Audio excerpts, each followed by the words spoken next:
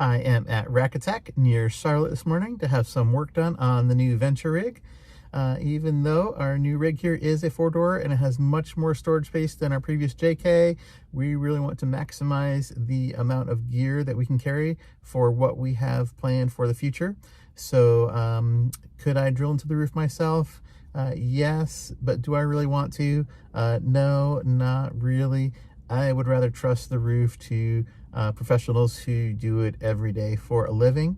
And I have talked to Phil, the manager here at Rack Attack, several times at rigs and coffee events that they have here, as well as at some Jeep and off-road events elsewhere in the state.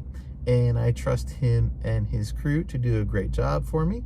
So yeah, we're gonna get some additional storage added up on top. All right, so they have taken it to the back. The next time you see it will be in the full reveal video, which we should have out soon.